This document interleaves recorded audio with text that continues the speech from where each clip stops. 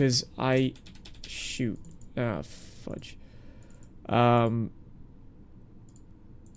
think I do that, and then I have to do... how to do... I turned off my camera here, didn't I? I think. Deactivate, and then I activated it there. And then I had it like that. That's how I did it last time. And now I just gotta crop it all wonky. I don't have... I need to get... Wonderful! Hello! That's fine. We're fine. You are muted. I'm not muted.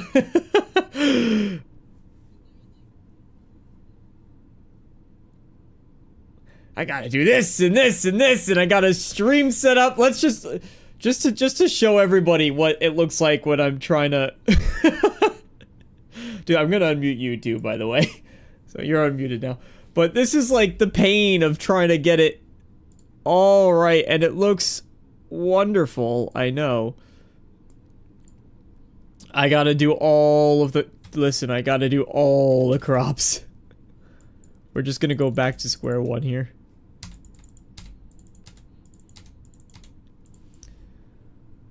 There we go. We could just leave it up like this.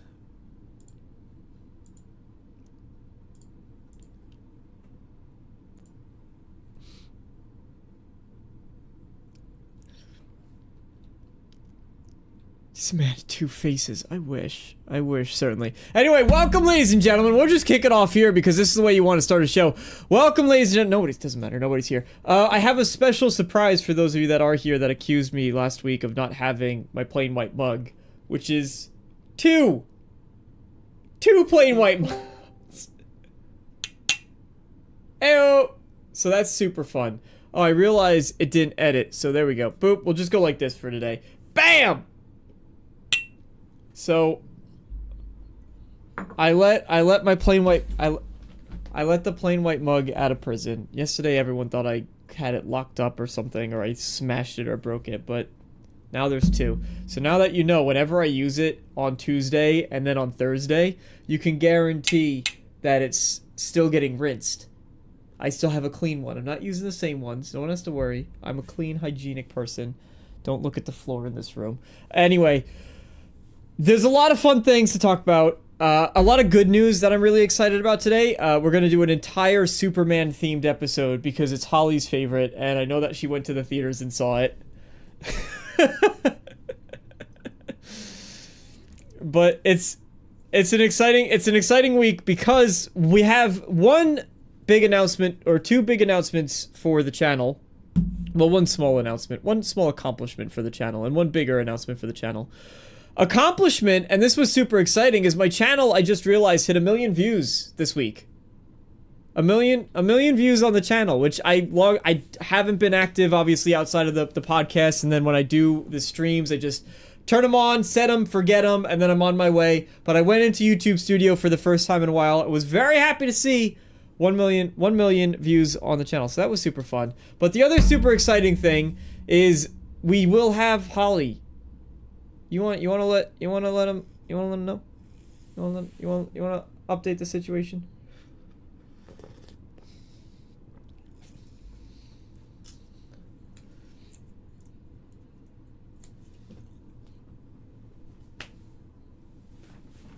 Thursdays at 6:30.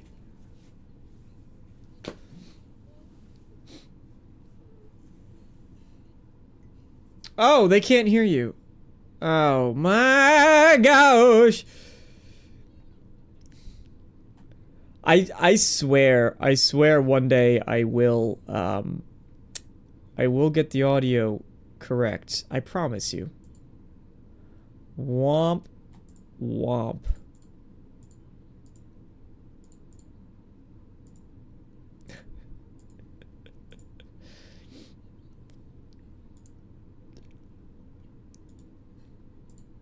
I think...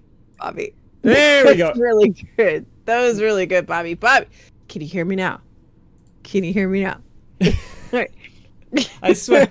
I mean, Holly knows it's all been crazy for me like this past year. It's working. Okay.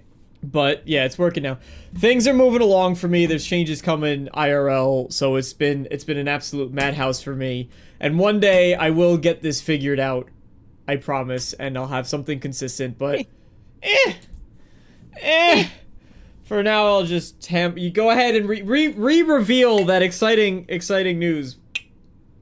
So even more excited than last time when you couldn't hear me. But can I show off my mug too? Look at my mug. Isn't it cute? That is very cute. It's paisley. I like that it matches your wall. In this lighting, at least. I don't know if your walls are a different color, but from here it looks like they're not this color, but it's good enough. I like it. So I am going to be in this seat on the screen right here, like pretty much every week, unless life gets in the way. But this is me. I'm here. I will be here to talk to you every week at Thursdays at 5:30 Central, and he could tell you the Eastern time. 6:30 Eastern Standard Time. So yeah, Holly, I'm very excited to have Holly joining on as a co-host for this show, and I know I've been bouncing around all the time with how I wanted to do this, but Holly, your camera is unfocused at the moment. Oh, it's probably because of my cup. Probably, yeah, and it doesn't want to go back to you. It's okay. So Holly will be joining every week as a host to talk about what's been going on, and I think that this is probably one of the most exciting things because obviously, from work conflicts, she wasn't able to join the Renegade Realm podcast, but now you'll still get her incredibly thoughtful, incredibly intelligent, and engaging. Perfect. I really love that FOV, by the way. It looks good. I did like it. It's just chat. It's been the other way because there's always a door open here, and I'm like, well, you don't want to see the door, but we'll just close honestly, it. Wait, hold on. Like, open the door again. If you move, all right. So idea: if you move that Doom flag onto the, you won't be able to see the whole thing, but you'll get like half of Doom guy's face come in if you hang it from the door. Yeah. Then honestly, now it kind of looked pretty cool, actually. It is actually, it's about time to just redo everything because Doom, loved it. Fantastic. But it's time to reorganize the shelf. And now that I have all this extra space to work with because I got a new camera, that's why all of a sudden this is a problem. 3:30 Pacific. Thanks, Jeremy. So now I could do all kinds of stuff on this wall, bigger and bolder. So I'm it's excited. Gonna be a work in I need progress. something. I intentionally. I mean, I know that it's a problem when you have like tons of headroom on your camera. Like I was watching back in the day when I was making my setup, I was watching advice and people were critiquing other people's setups, and they're like, a lot of content creators are like this. And then it's just all of it because they want to show off all their stuff, and like a lot of people go, no, that's actually it just looks silly. Like you have a good amount. It's not too much. There's like a balance between like getting lost in your stuff and being able to display but not lose you, right? Yeah, I think that's probably I still need something. Yeah, you need one of those skinny, long framed posters or something. Or maybe some masks. Like if there's a game that comes along that has really cool mask sets. I'm gonna buy a bunch of replica like Horker heads and mud crab mounts and stuff from Skyrim. Ooh. How about maces? Like maces with your sword hanging? That would just be hanging really down. Cool. I could do that. That. But first, speaking of Skyrim, you've tried out a really cool game the other day on stream. It was, and tell me a little bit about it. So it's called Eric's Home. The Stolen Dream, I think, is the like subset behind the colon, which I could never remember on any game what that is. Mm-hmm. But it's a top-down stealth puzzler, no combat. And it's the story of like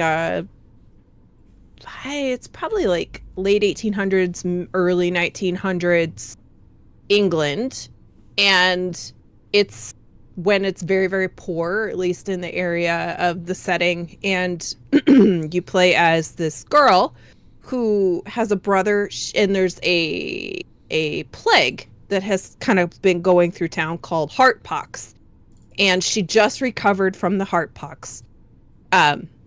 So she's been kind of asleep. So when you wake up, from the beginning of the game. She recovered from the plague. That's really lucky for her. Yeah, she's young, right? Like young, right? Gotcha. So she wakes up and her brother is there, and he's a little bit younger than her. We're talking like she's probably like late teens, like 19 maybe, and he's probably like 14 or something like that.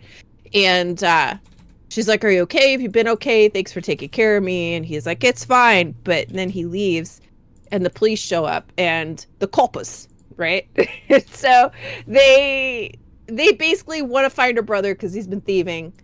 But they're like, "Well, we're going to take you to the station to talk to you." But she sneaks out. So then the entire stealth game is about like the world around you, the relationships in town between you, your brother, and like the community, as far as also like sneaking away from the police. And it's very vertical. It looked really, I liked the style. Game. I liked the way it was done. And I was looking at it at night while I was exhausted, like totally drained from the day on my phone, like, hey! But it looked absolutely beautiful. It was a really cool looking game. It's very cool. It had just come out it, that day too, right? It was a new release? Yeah. Yeah, it came out Tuesday on PC and I believe PlayStation. I don't think it's a PlayStation exclusive. I assume it's on Xbox too. I just haven't looked yet. But anyway. Nice. Yes, excellent game.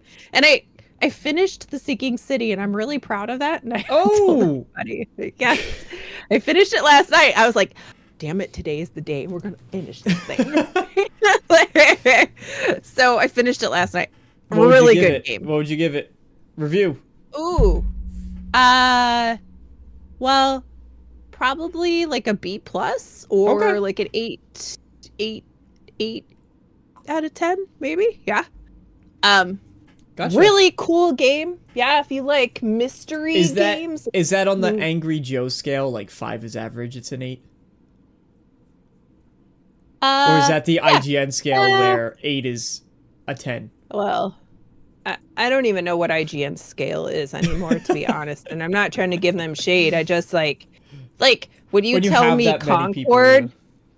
Yes.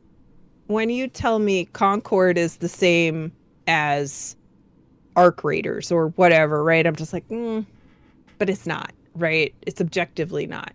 Yeah. So, Anyway, it's very good game. Got a little bit of flaws, but it's an older game, and the second one's coming out soon. And they gave a free remaster to everybody who already owned it. So I played the remaster, and it's a very, very good. It's a very, very good puzzling game. The combat is really it's really awkward, which it's supposed to be, right? Because it's not the focus, but it's very intense. Anyway, he just saw the daisy. I'm sorry, Dom. I'm sorry, Dom. Did you see? Here's Daisy's poor little body. Speaking of Dom, welcome Bobby, welcome RSJ, Jax, who else we have? Jeremy and Dom. Thank you all for stopping by tonight. And anybody who's sitting there, I see you lurking. Say hi. Let us know what's going on. Let me know what you guys have been playing, because we're kind of in a bit of a, it's weird, but we're in a bit of a dry spell for games, which is strange to say because we just had so many stellar releases. But now it's like, okay, for the folks who rush through their games and they beat them and they get it, like, I don't know how they have the time, but more power to them. I wish I could sit down and actually beat a game for once. I feel like those folks are out of stuff to play for right now. So we got a bit of just, so let me know what you guys have been playing, mostly. It's been really hard to finish a game this year, just honestly. It's been really hard. Yeah. I've had to force myself, like, no, you're gonna sit, you're gonna finish this thing. Because I'm really guilty of getting like 92% of the way there, and then just like squirrel moment, right? Because I feel like most games just have like this much too much in them. Yeah. Oh yeah. I did that with I did that with Expedition 33 actually. I got to the part where SGA can fly. And you felt like you hit the end game and you realize, oh shoot, it's not the end game. And then I put it down. And the issue with that game is it's hard. I'm playing on the harder difficulty. I think I'm actually on normal for that one because I didn't want to just be miserable. But that's a difficult game to drop and then get back into because it's so, you need to be on top of it. You need to be, So, and I tried to pick it back up and I was flying around the map and I got into one fight and the first enemy I come across was one of the chromatic enemies, I think they are, or prismatic, whatever they are, the harder ones. Chromatic, And I was fighting against it and I went, this isn't it, and I shut it down. But I've been hopping into Frontiers of Pandora and I still would say I recommend that game to anyone. It's probably not on sale anymore, but when it was, I got it, it was $20 and I love Avatar. It's so damn cool. I'm exploring. I got to the part where like you see their home tree. So this giant tree and I'm like, I love Avatar. So I'm looking at that. I'm going, oh my God, I'm here. And like, what I like to do is I like to go around like in the crouch position. Cause when you crouch, you're about the same size as a human, but normally you're giant. So I'm like crouching around like, look how big they actually are. And I'm right next to the, like, I'm a loser, but, I haven't gotten to the part where you fly around on your Ikron, and I'm really excited to get to do that. So just to, like, I think what Hogwarts Legacy was for a lot of people, where you could kind of vicariously experience that Hogwarts experience and going to school and learning magic and getting sorted into your house and all that stuff and picking your wand. That experience I'm sort of still getting is how I'm feeling from playing Avatar Frontiers of Pandora. That's fine, gain adaptation. It doesn't have to be. Wait. What? This is gonna be chat. This is gonna be why we're gonna be good co-hosts because, like, we're pretty good friends, but like we have very different opinions on so many things. It's like wild. Like, because I hate Avatar. I hate it. And I'm like, is that what gave you inspiration for the idea you shared with me today? No, you were like, I'm gonna have to go on this show with DeMarco, and he's gonna be talking about this goddamn games. Not Avatar at all, but like it was actually sort of inspired on the fact that like you and I disagree a lot on things, right? But like. Yeah, listen, every time we have to talk about how great the Call of Duty microtransactions are, I'm just going to make sure that we have a James Gunn Superman discussion lined up. It's dirty pool, sir. Balanced. It's not. That isn't even on the same equivalency. All things should be. Speaking of DC, just a couple little snippets. Holly, I don't know if you care about these things. But just a couple. Oh, we were speaking about games and just it's hard to finish games. If you need something that's nearly impossible to finish because it doesn't ever end, Civilization 6 is actually free. The Platinum edition of the game is actually free on the Epic Game Store, and it's going to be that way until July 24th. So you're going to get the whole gambit of DLC and expansions for Civilization 6. So if you have PC, download. If you don't have the Epic Game Store, that's a good reason, honestly, to get. Aside, Holly and I both like the Epic Game Store. They're still doing 20% cash back until I think August, which is crazy. August 31st, I think. Yep. Yeah, so you can get 20% cash back. That's cash to go buy more games with instead of Steam giving you arbitrary points to buy stickers. It's a much better deal. And then you do that with a credit card where you're probably getting like, between 1 and 3% on your purchases, cash back for just a normal credit card. You're almost getting 25% back on your games until August. So go check out Epic Game Store. I'm a supporter of it, not sponsored, but Holly actually has a creator code. If you know it, put in your chat. I do. Yeah, put it in chat if you know it. But you can pick up Civilization 6 completely free. Couple other small things I did see. We're not going to stay long on this, but I did actually see the new Superman movie from James Gunn. I really liked it. I would give it a solid 7 out of 10, 5 being average. I I thought it was fun. I thought there were a lot of flaws. I'm glad that James Gunn didn't go too crazy with the humor that I was expecting from it. So there were a lot more.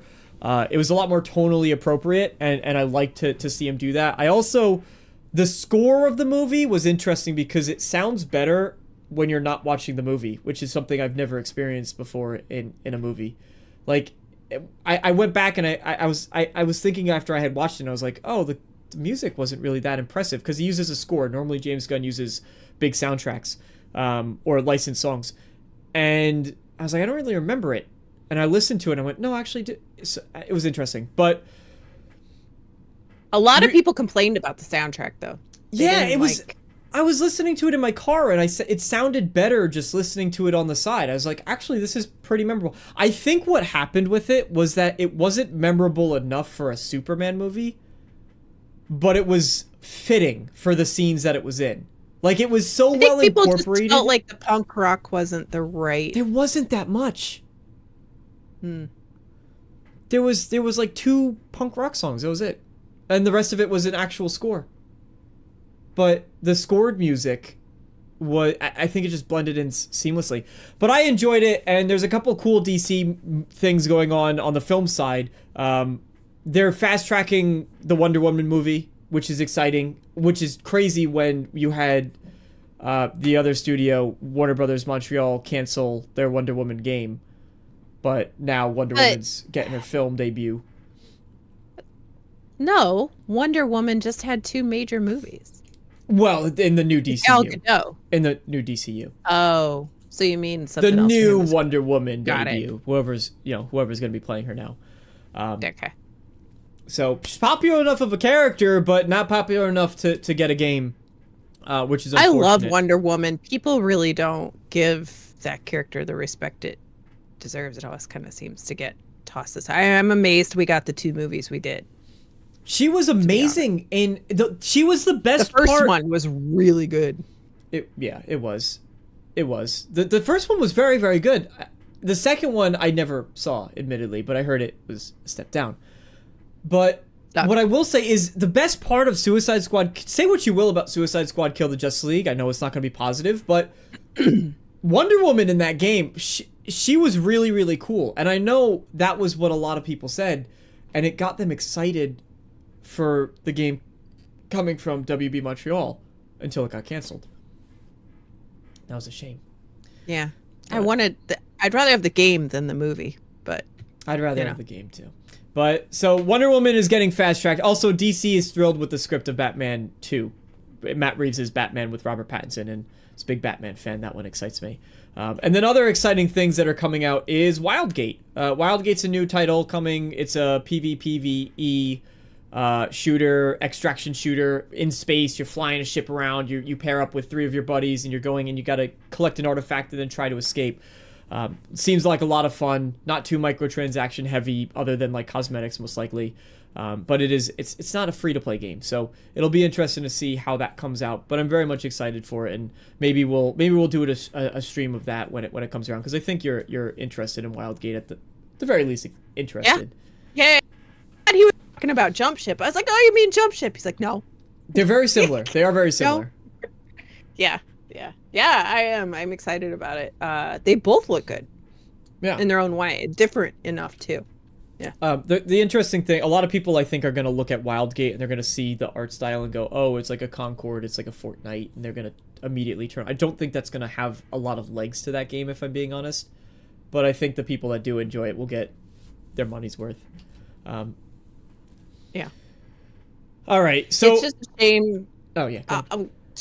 It's just a shame about those types of games, because I do think they have good legs. They've got some chops, but because it's multiplayer, you need a big player base, and if it's not free, then how do you even free has a hard time. Even free has a hard time, right? Like Splitgate lost over 90. I mean, well, yeah, there was the other stuff, but I don't really think people left Splitgate just because of what the guy said.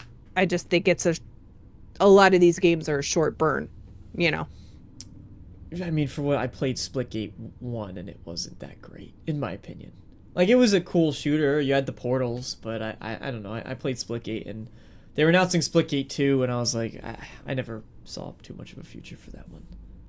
Unfortunately, I think Wildgate might. Unfortunately, and what was it? It was the Hogwarts Quidditch game. Ended up in a very similar bucket actually, where came out and then just didn't go anywhere, and it died very. Man, very, Jonas loved that.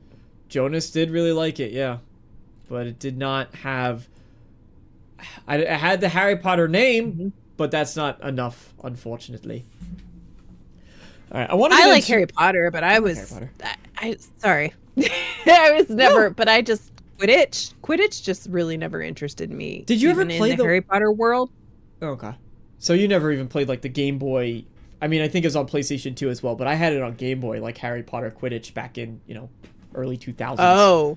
Yeah, no, I never played that. Gotcha. Yeah. All right. So a lot of people like myself, I was excited for this game because I said, "Oh, that's really cool that you could kind of do that but now and go through the World Cup and all that stuff." And so unfortunately, there were no Hagrid masks enough to keep that game going. Not enough Hagrid masks. All right, Assassin's Creed. Do you care? Do you care about this one? So, I've never played an Assassin's Creed ever. I bought Shadows though. I was intending on playing it when it came out, but there were like 5 games that came out at the same time. So I have it. I just haven't played it yet. And I know it takes so many hours that I'm like, well, I can't start now because this is coming or that's coming. And I did watch the Michael Fassbender Assassin's Creed from like 2008 or something like that. A while ago. So and people get really upset at me when I say I haven't played Assassin's Creed. And they always have a recommendation on which one to start with. And I'm like, honestly, there's so many that you're like, what? And what do I do now? Like, I don't know how they're connected or not connected. I don't know, Yeah, that's why I can't get back into it. Is because I look at it, and when I played Assassin's Creed 1, and I was like, this is really, because it was such a cool concept at the time. Especially the parkour. And I played and I was very much into one of the biggest critiques about that was when you go back and forth between Desmond in the modern world, and then people are like, I just want to play as a sick assassin jumping off buildings. And I was like, no, I kind of like like when he's out in the real world and you see that what he's doing in the Animus, which is how they connect to that, and then they're able to like transfer those skills of parkour. Now he could do it, and I thought that was a super interesting concept. And the majority of people didn't care about it. So they're like, yeah, we're not really doing the Animus stuff anymore. And then I went, okay, well, you took out what I liked, what I was interested in about it. And then you had the whole plot with like the pieces of Eden and that's the whole thing. I was too young to care or too young to understand it. I'm going to go with too young to care. But they're collecting these artifacts of Eden and I'm like, I don't effing know what the hell this thing is. Like, it's just a magical fruit. Like, why do I care about the magic fruit? Like, anyway, that story, I don't even know what's going on with that storyline anymore. I can't tell you. I think they're still kind of there, but not actually there. Someone in chat can tell me if the pieces of Eden are still important in Assassin's Creed. Is it even about the Templars anymore? I don't effing know. We're getting to the effing stage. He's frustrated. So back to the show. Like, I'm actually like happy. Well, I didn't even bring up what the actual story was yet. Oh, I just asked if you were interested. No. They're doing a show. Tie it back in. Yeah, this is what you get when we riff, right? But the fact that they're doing a show, I think is cool. Like, that would probably entice me as a, like, yeah, I have Shadows and I'll get to it eventually. But all the other ones, which are very different than Shadows, right? As far as, like, timeline and all that stuff, like, and in all honesty, like the timeline of what I've seen from like Enzo and some of the other characters and the Black Flag and all that stuff, like that looks like that would interest me more. Ezio. Why? Whatever. The E guy. Enzo, I don't know. It's a puccino. Ezio. Ezio. My apologies to all Assassin's Creed fans here. Anyway, that timeline actually interests me more than Shadows does. but Shadows had its own unique thing. So I'm assuming this is probably going to be set a little bit more in that timeline or in that kind of setting than anything else. Yeah. Yeah, So Enzo. See, Dom agrees. It's Enzo. So it's the two people at the head of this project is Robert Patino. He worked on Westworld and Sons of Anarchy. I think that's really funny. I'll say why in a second. And then there's David Weiner, who worked on Halo and The Killing.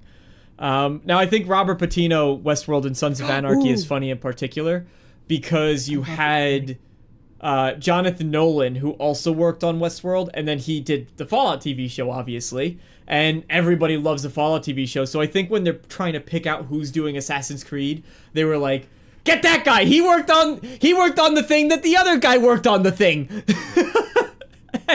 Because obviously a lot of people weren't happy with David's work, or not David specifically, his work, but like, no, a lot of people weren't happy with the Halo show and Master Cheeks. But now you can get literally Assassin's Creed in your Assassin's Creed. In your Assassin's Creed, because you have Master Cheeks and you have Assassin's Creed. So I think he's just bringing I'm his okay with that in over. the ass show. Yes, not in the cheek show. Like it's such a dichotomy because like knowing that David Weiner worked on Halo, which is by far the worst TV show ever in existence, and The Killing, which is so good. If you haven't watched The Killing, you should go watch it. That's where Joel Kinnaman like actually got his real start, right? Like he'd been in stuff, but like that's where he got noticed, right? The Killing is so good. So I'm like, how does both of these come from the same person? I don't understand. But anyway, Halo might have had. Honestly, it's very possible that with something like Halo, you got a lot more voices in there, you know what I'm saying, versus what he's doing The Killing. I'm willing to chalk that one up to some corporate nonsense. Hey Arcane, welcome, thank you for joining. Welcome Drake says The Killing is awesome. I guess I should check. What is it? Tell me what streaming platform it's on. Maybe I'll check it out. It was on AMC. I mean, originally when it aired. It's got like 5 seasons or something like that. Very good. I'm gonna check it out. I'm working my way through a couple things at the moment. I want to watch What We Do in the Shadows. But welcome everybody. That's like my favorite, like third favorite show of all time. Ooh, okay, say no more. Okay. It's also Hudson, who's a good friend. He just started streaming again, actually, which is great to see because he's such a charismatic guy. He said it's like one of his favorite shows too. But let's go on to some bad news. Just this will be super quick. Some bad news for all of you Gooner gamers out there. Steam is cracking down on your Gooning games, unfortunately. So you cannot play as many naughty games on Steam. They're taking them down. This is because credit card companies don't like explicit material. And obviously, how do you buy games on Steam? Probably with a credit card or a debit card. And they don't want that. So Steam's cracking down. But don't worry, you can still get some of that because Marvel Rivals, I guess, really knows its audience. And they're doing their swimsuit season. So you can still get some of that stuff. I know, Dom, it's very, very upsetting. But those games are getting culled from Steam. So maybe if you have one in your library and you had some achievements on that list that you were ashamed of and were trying to bury by playing a lot of other games, hopefully it just got removed, which would be a blessing in disguise, I think.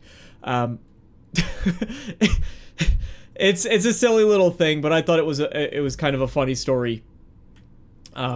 Just because the fact that there's a lot of those games on Steam, it's a little uncomfortable, actually. The first time I opened up Steam, I swear to you, I remember this. The first time I opened up and I started scrolling down and it got to like the top 10 whatever, and the first game was Orgasm University, and I was like, what?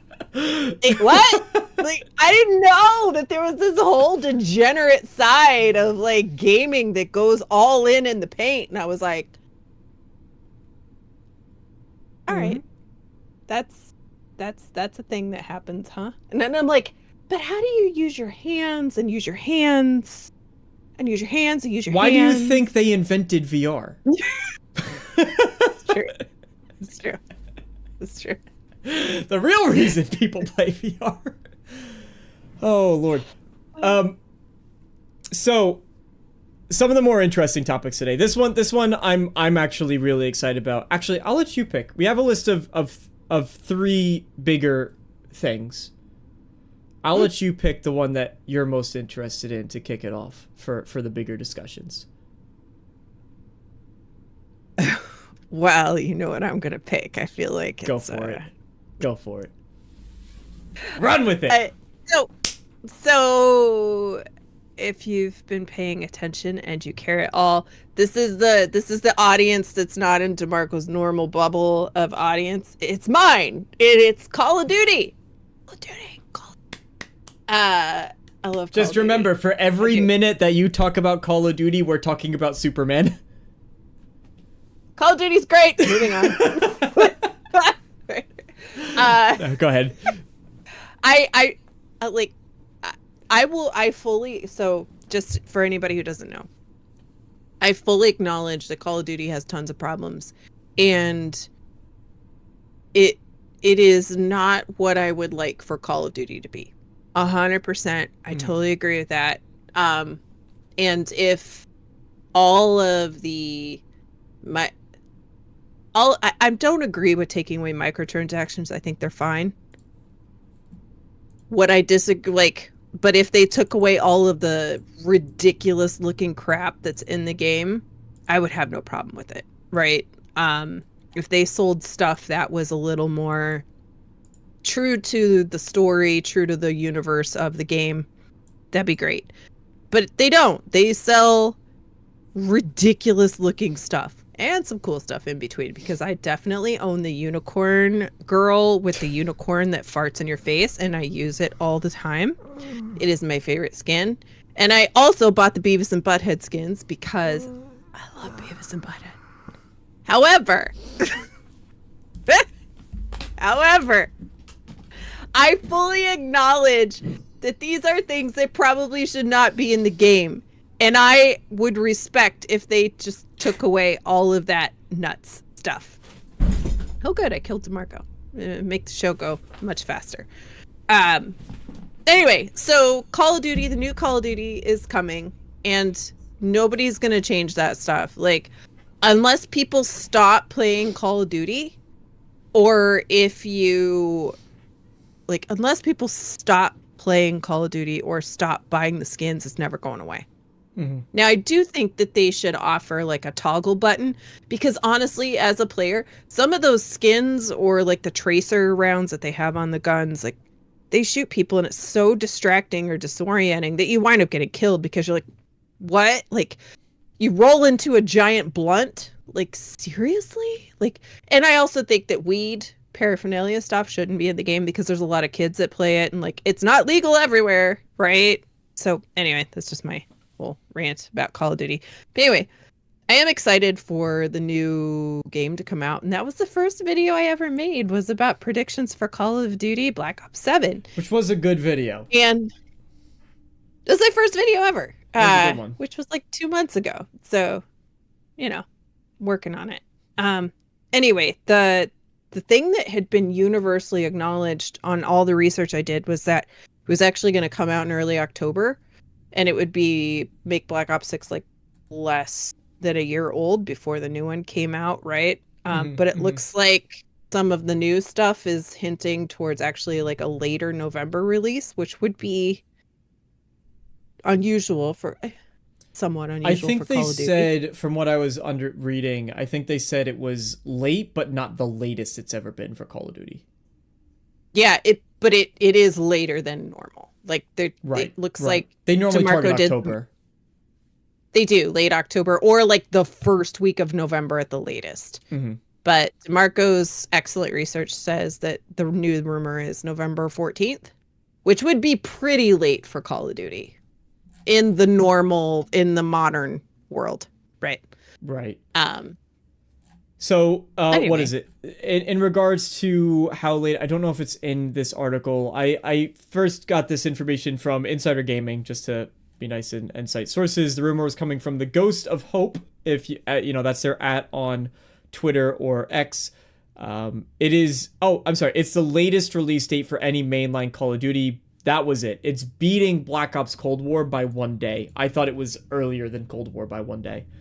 So it is the actual latest time they've ever released a Call of Duty, which is, you know, honestly, that type of thing, they probably said the latest It's fine. Yeah, they probably, I mean, they're going to release it on a Friday with the 7-day early access and the other nonsense that I hate. I thought they said there was no early access with this one. Like, at least when That'd be nice. things change, right? A couple months ago, they said no early access, none of that shenanigans stuff, but it could have changed. Money is money. Right? Bobby, so it's no longer coming out in October. Well, I mean, listen, there was no release date yet, right? So it was never technically coming out in October. I think the big thing for me, you know, Black Ops 6, they have an American. I'm an American Dad fan. I like American Dad. I think it's hysterical. But they have an American Dad crossover that's coming next. Oh, you changed. Your mic changed. I got knocked out. There we go. How do I sound? There you go. There you go. Okay. So they do have a, they have a American Dad crossover that's coming out, and I can't play Call of Duty anymore. I can't play Call of Duty. It's too ridiculous for me. It's too childish, almost. And you know, I was very excited for Black Ops 6, and I was enjoying my time with Black Ops 6 when it first came out. But even something like, it's unfortunate, but even something like the zombies, right? We played the zombies. We got through the story. And by the end of it, we actually lost the final boss, which was frustrating in and of itself. But by the end of it, I think all of us were just sort of like... Yeah, right. You can save. Now, you can save in the middle of the session and come back later. But, you know, it's really meant for... I don't know.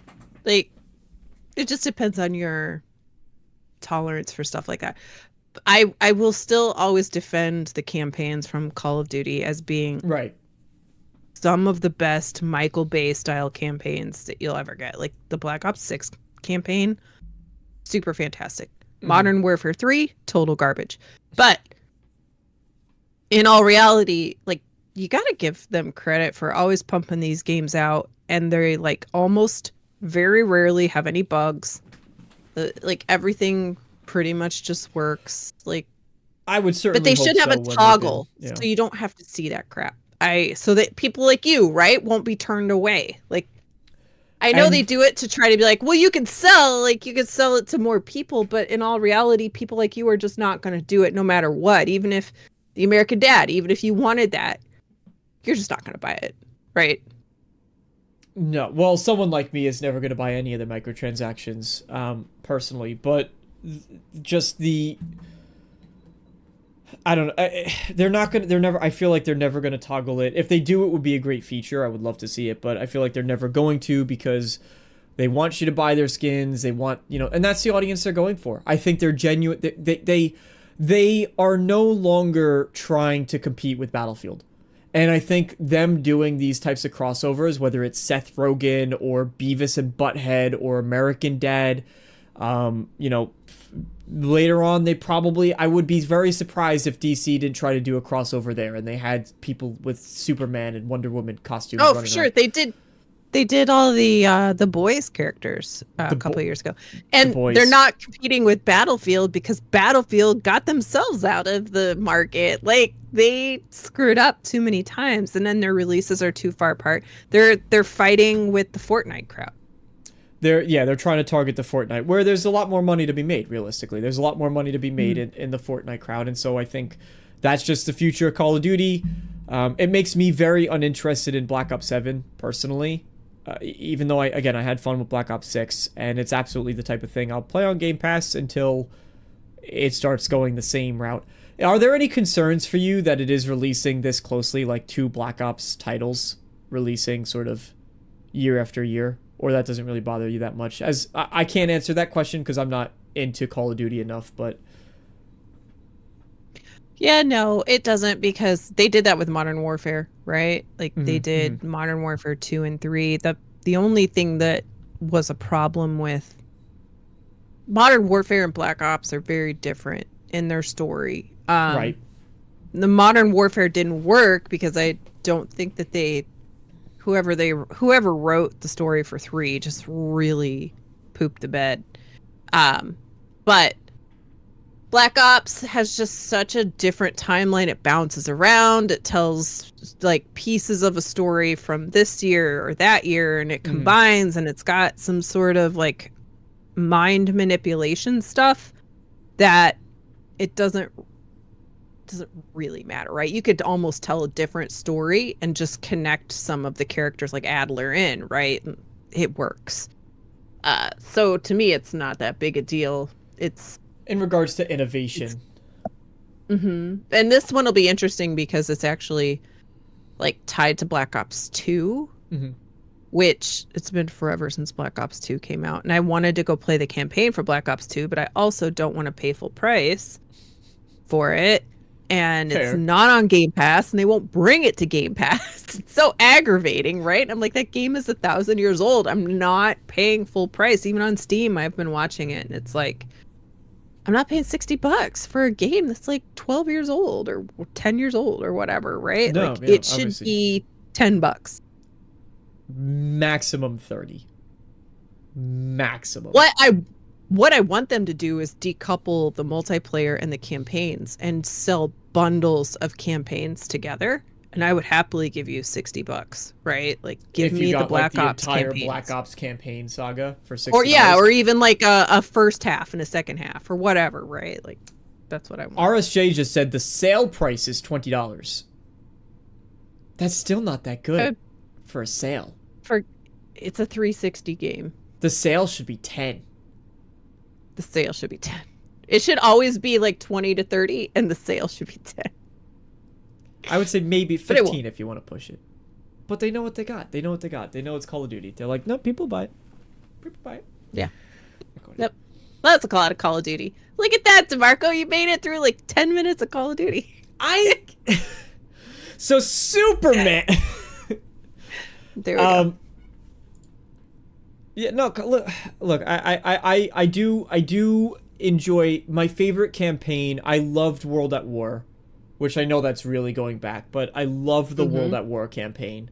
I thought it was phenomenal. I like the campaigns in Call of Duty because it takes out all the nonsense that I hate about Call of Duty, which is all the ridiculous skins and crossovers and other nonsense and people running around and sprinting and the respawn time's instantaneous and you spawn and then the guy's right there like pop and you're like, what am I doing? What am I doing? Why am I wasting my life with this? And so, but I wish that Call of Duty had the opportunity to do, and the teams, there's so many Call of Duty teams, and I know that Raven just got shut down recently, but there's still some of the employees got laid off. Yeah. You have so many people working on Call of Duty that I would love to see them do a project that is, I think Call of Duty as a franchise has a potential to say, here's our more serious line, right? And they could try to do a Battlefield competitor. Here's our Twitch shooter. This is our Fortnite game, and that's for this audience. Sure. And then they could do one that's a spy, like a spy thriller, kind of entry in series. And maybe that's more like a Hitman style Call of Duty. And then they could do or Battlefield Hardline, right? In that vein, they have so many people that it's the type of studio that, to me, as an outsider, seems prime for risk, because you can release your Call of Duty Black Ops 6 and fans know what they're gonna get. And it's going to make bango dollar. It's going to completely blow up. It's going to make a ridiculous amount of money. And you say, okay, we're going to take some of that money and we're going to put that towards this experimental entry into the Call of Duty franchise. And again, that could be like a Battlefield competitor. That could be just a new entry, a more story-driven experience in the Call of Duty universe that takes place. It's like a tangential thing to Black Ops, because obviously that's their most popular campaign series. But it's never going to happen. It's never going to happen. Call of Duty is too big to experiment, which is unfortunate. But I like Call of Duty sometimes. Until Beavis and Butthead come in. He does play sometimes. And Seth Rogen's going in the background of it. You know, it's really funny is when you're playing Beavis. you when you start to get shot at, he goes, ah! Like, you know how he screams like he's freaking out in the show? Like, so funny. All right. Anyway. Super interesting. What I'm actually really interested in, speaking of new, novel, different experiences, Saber Interactive had some interesting teases, and I'm never really been a massive fan of Saber Interactive until Warhammer Space Marine 2 came out, which is a super cool game. Highly recommend you check it out if you haven't already. It is better with friends. You want to have at least one other person you can romp through the campaign with. Better if you have a trio of people, you know, you're a trio to go through. But genuinely really cool game, really fun game. They recently, it's not going to be too long till we find out, but they recently released a tease on Twitter and a second one on Blue Sky, which was that on June 22nd, they're going to have something happening. And I'm going to put this on screen if I could get it to line up. I actually tweeted about it today. Let's see if this works. If I just bring you over here. No, it will not display, unfortunately. All right, I could do it a different way. But a lot of people are wondering what it could be while I pull up these screenshots. A lot of people are wondering what it could be. And honestly, I think it's a brand new title. So Saber Interactive currently has a lot of projects in the works. They're working on Knights of the Old Republic. They announced Jurassic Park Survival, which of course we have our big old dinosaur on the front cover of the thumbnail. They're doing those two, and a lot of people are saying that it's probably going to be Jurassic Park. I even initially thought that, hey, Jurassic Park makes a lot of sense. However, we're gonna do second. I'm trying to pull up. All right, I can't get it up. Anyway, I thought that would probably be. I could do it this way. Here, let's do it this way. Womp womp. And then we're gonna disappear for a second. I promise I'll get some of the stuff sorted out. So here's your tease. You had this PM on July 22nd, and then during the tease, there's a small video, and during the tease, this 55 comes out. And I'm not sure what this 55 means or what it is. There's also a little video if you go. So this is if you go to a website that was linked, you can see this. Spooky vibes. So they showed off. Whoop. I don't want to verify it. They showed off this video here.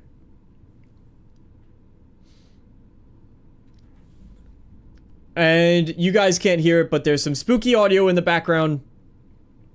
And some other stuff going on. Which this isn't really Jurassic Park at all to me. So the question then becomes, what's up? No, I was laughing at this being Jurassic Park. Right, yeah, that's not Jurassic Park. So excuse me while I just switch over to our screen again. There we go. And then a little bit of that. Perfect. So that's definitely not Jurassic Park, right? They're doing the Poltergeist, the video game. Is that actual, or are you just guessing? Because I can't tell sometimes what you mean, Bobby. Arcane heard a rumor that it's Hellraiser. Rumor is it's a Hellraiser game. Hellraiser could be really interesting. It's not Knights of the Old Republic, and it's certainly not Jurassic Park Survival. No. I would agree with that. So but Saber publishes so much stuff, though. So who knows what studio it's really coming from, right? So if you're surprised to see Saber having something out and you're like, what? They just released? No, it's because they're a publisher. they just, like, who knows where it's from. It is interesting. It's a good teaser. And they've been on fire. So Yeah. it should be yeah. I want there's really not much to go off of outside of that. They did Turok Origins. I think they're working on Toxic Commando. Then they have a lot of small. I like Saber Interactive because they do a lot of risky projects, I would say. Like, for example, Still Alive Studios, which I haven't really heard of, but they're doing Busbound. Haven't heard of that game. Release date TBA, but there you go. A game called Painkiller from Anshar Studios. That's the reboot of the old Painkiller. It's coming out this fall and it looks fantastic. Okay. Looks really, really good. I'll have to check out Painkiller then for sure. They've done Ghostbusters, they did SnowRunner, World War Z, obviously, Exploding Kittens VR. It's pretty cool that they've Exploding Kittens had a VR port. So they've done a lot. Not much else to go on, but July 22nd, you can tune in and see what they have going on, so keep an eye out for that. But I wanted to pivot this discussion, and I think we've had it in the past, but Saber Interactive, I think it's really a studio that's, as the developer, right? Not the publisher, but the developer. It's really a studio that's high up on my list now. That they announce something and I go, oh, what is it? What's going on? And it's kind of been that way since World War Z, but World War Z I knew I wasn't really going to get into, but I had a lot of respect for the technology, like that wave of enemy technology. I think they have a proprietary name for it, which was really impressive. Obviously got brought into Space Marine 2. They're doing a survival horror game with Jurassic Park Survival that's going to, I think, mimic Alien Isolation, which is great because Alien Isolation is a phenomenal game. I want them to do so badly. I want them to make an Elder Scrolls game where you are playing as where you're playing as the original folks. Hey Chris, how's it going? I missed your chat. You don't keep missing it. You're here for it now. Don't worry. Welcome, and thank you for stopping by. And it's a pleasure. I hope you've been doing well, Chris. I hope you and your family have been doing really, really well. But I want them to do where you come over as the original companions. It's never going to happen, this game. But you come over as because Bethesda wouldn't want to show Elder Scrolls universe in this way. Bethesda won't give away yeah.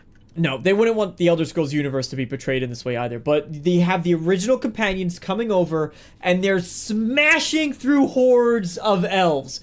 And you're wielding the great axe that you get from the companions, Wuthrad, that you get from the companions quest line, and you're just cleaving through hordes of elves and shooting spells, and there's just a ton of them on screen at once. And I think that would be the coolest way to do an Elder Scrolls IP in a different, other than like a large kind of Age of Empires type deal, which you can get actually Elder Scrolls skins for either that or the other, large kind of real-time RTS game. But I would love to see that from Saber Interactive personally. Do you have something you would want to see them work on? Well, I was looking at their website and kind of looking at the studios they have under their umbrella. And it's they have this one called Madhead, which I'd heard of, and I was like, what does Madhead do? But Madhead on their website they say that they have 2 unannounced games from famous and beloved IPs with franchises fans will eagerly anticipate. So I don't know what that is. And they is one. It says 2 unannounced. Oh. But then they also have this game that they're promoting. So Hellraiser makes sense. Could be. Yeah. Yep. Or Poltergeist, like Bobby said. They have this game called Scars Above. Scars Above is a challenging sci-fi third-person action-adventure shooter combining the rewarding feel of overcoming difficulty with a compelling and intricate story set in a mysterious alien world to explore. And there's like a little loop of gameplay and stuff going on. That sounds cool. But I don't know. They do I'm here cool for things. it. They do. Yeah, cool they things. do. Yep. Saber is the perfect studio when we talk about like these that trash axe. Wuthrad was not a great axe in the game, but it's an artifact and they can show you what it was supposed to be when you're cleaving through the Altmer, because death to the elves. Just kidding. I love the elves. But my favorite character I've ever played is in Oblivion. Is a high elf. But I usually go with Bretons, which are part elves, so I like them. But Saber Interactive to me really fits in so well as like that studio you want to keep making these $50 experiences that are blowing every other AAA game out the water. And so I really hope for more of that. Not to say that I don't want them to, you know, I would say like Space Marine 2 in my opinion. And I didn't even play that much. The only amount I played was when we played it together and we did like 2 levels. And I was laughing like a maniacal maniac. It's a very good game. I was laughing like a maniac as I was swinging around, or I was using the big heavy guns, and I was having so many fun. Jesus Lord. Okay, well, that's the end of the show, guys. Thank you. I was having so much fun. I was having so much fun with the weapons and just how weighty they all felt. But I'd pay $60 for even the little bit that I played of that game. But I think they have such a cool niche, and they experiment. They experiment.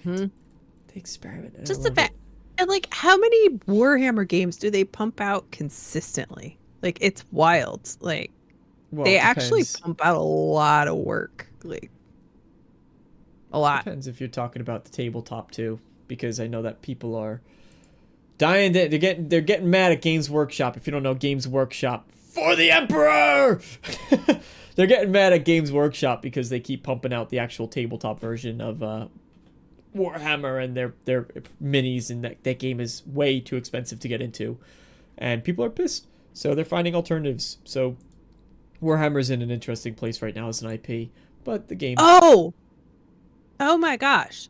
They're also making the same group that's making Painkiller is okay. One of the coolest games. One of the coolest games. I played the demo and I was just like, oh, okay. It's called Twisted Tower.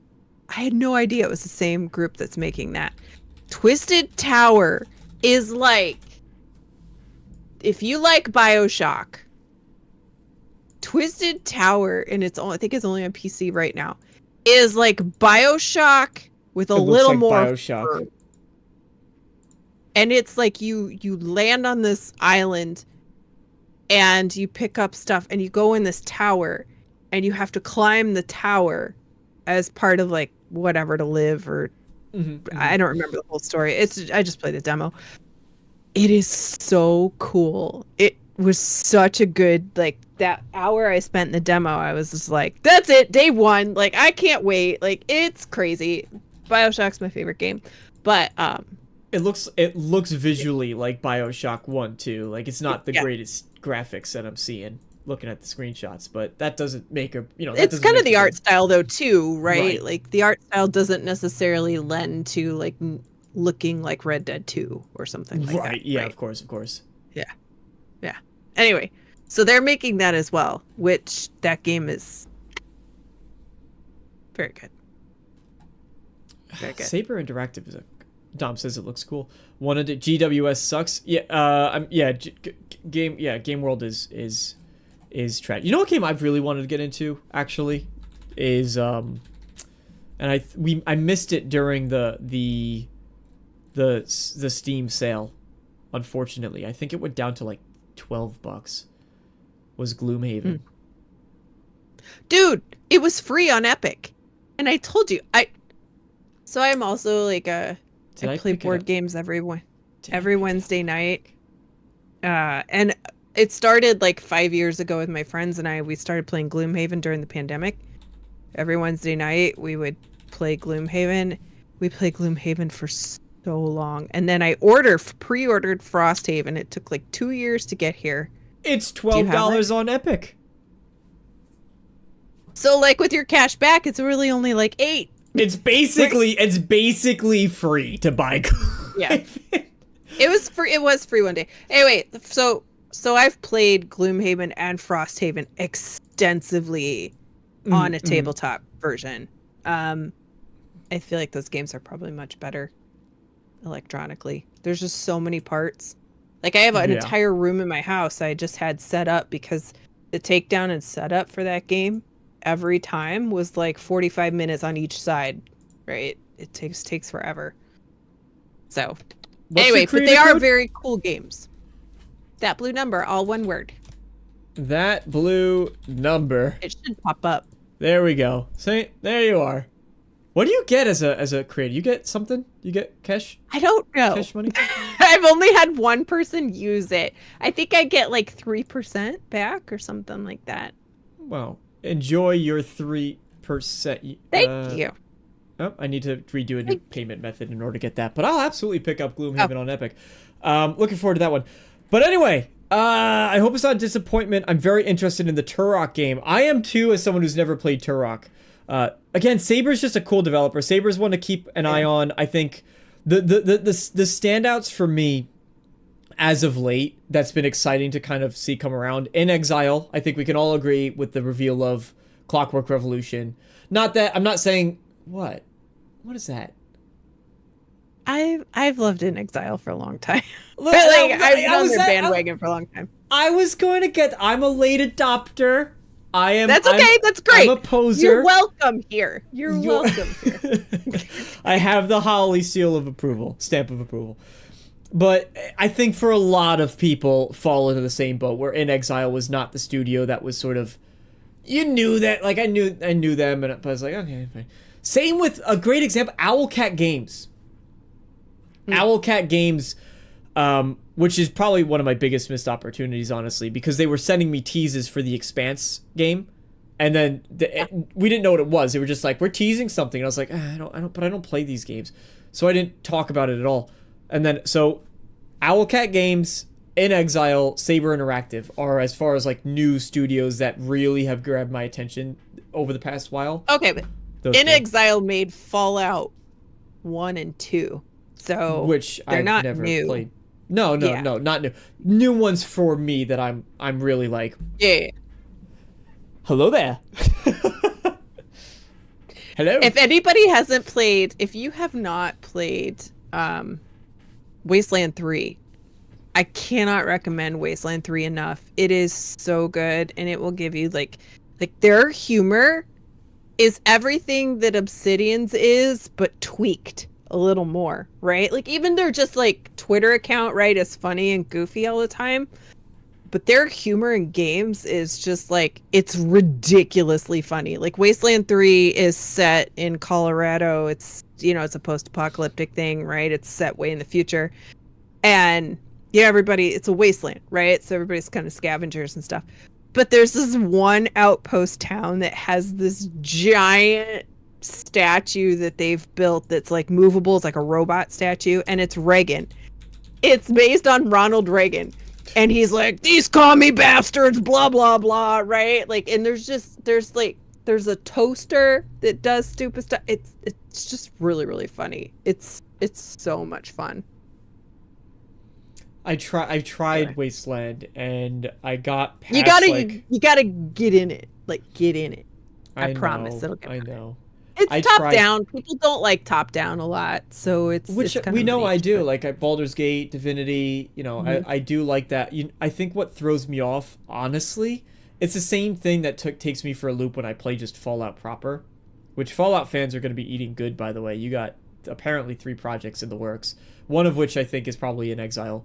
Although I watched Mr. Matty Plays this video, and I didn't realize it. I remembered when he brought it up, but Larian Studios expressed interest in working on Fallout, which I thought was really interesting. He brought it up in a video he made recently, but he said maybe that's one of the because they're not working on Baldur's Gate. They cut off Baldur's Gate, maybe. But this was like, hey, you want to do Fallout next? And so that would be really interesting to see. But you guys are eating good with your Fallout games coming out. But even with Fallout, it's the guns. I don't know what it is. It's just the guns. It makes it harder when I'm casting spells, which are basically just magical guns. It's fine, but when I'm shooting a weapon in Wasteland, and I'm using my action, it's like an action point to shoot. It throws me off. I I've said for years now, they need to take a little bit of N Exile, a little bit of Bethesda, and a little bit of Obsidian, because they've all done Fallout, and make a little Fallout baby studio. Because then it's got the right attitude, right? You've got the expertise, you've got the Todd seal approval because you got his people in there. Like, that's it. Just do that. What's the big deal? Just do that. Good luck. You know. Jeremy says, Wasteland is post-apocalyptic? You don't say. Yeah, I was surprised by that news too. Honestly, I think I should have just made that the title of the video. But thank you everybody so much for joining us tonight. It's been a wonderful show, and I'm grateful to have all of you here. Arcane, I'm sorry I had to time you out for saying boo to Superman, but Assassin, hello, just saying hi. Gotta go back to thing. Have a good. Thank you for stopping by, Assassin. Thank you all so much for being here. To the people who are signed up as channel members, greatly appreciate that level of support as well. It means a lot to me. Fark, thank you for stopping by a little bit late. You made it though. You made it. I see you. I see you. Thank you everybody so much, and look forward to, I'm very excited, look forward to Holly joining. If you're excited that she's going to be here as a co-host, then leave a thumbs up for Holly. Leave a little smiley face for her, some fire emojis. And it's always a case where when you end the stream, that's when you start seeing more people coming in. But you can catch us 6:30 p.m. Eastern Standard Time right here on this channel for the Push Start Podcast. I don't do episode numbers here because honestly, it's just a show. Yeah, that's right, Arcane. New co-host. Holly is joining. Arcane, time me out. I don't give a damn anymore. Listen. 10 minutes. 10-minute timeout, Arcane. 10-minute timeout. Goodbye. Oh. He asked for it. That was on him. Dom was supposed to join too. I really like Dom. I miss Dom. So Dom, get in touch. Let's see what's going on with you. Thank you guys, and as always, I hope to see you all next time. So, check out Holly's channel in the description below. Also, it is linked down there. Thanks. We're not going to spend 15 minutes on outros. I'm sorry. We're just not. Amen, brother. Yeah, Amen, brother.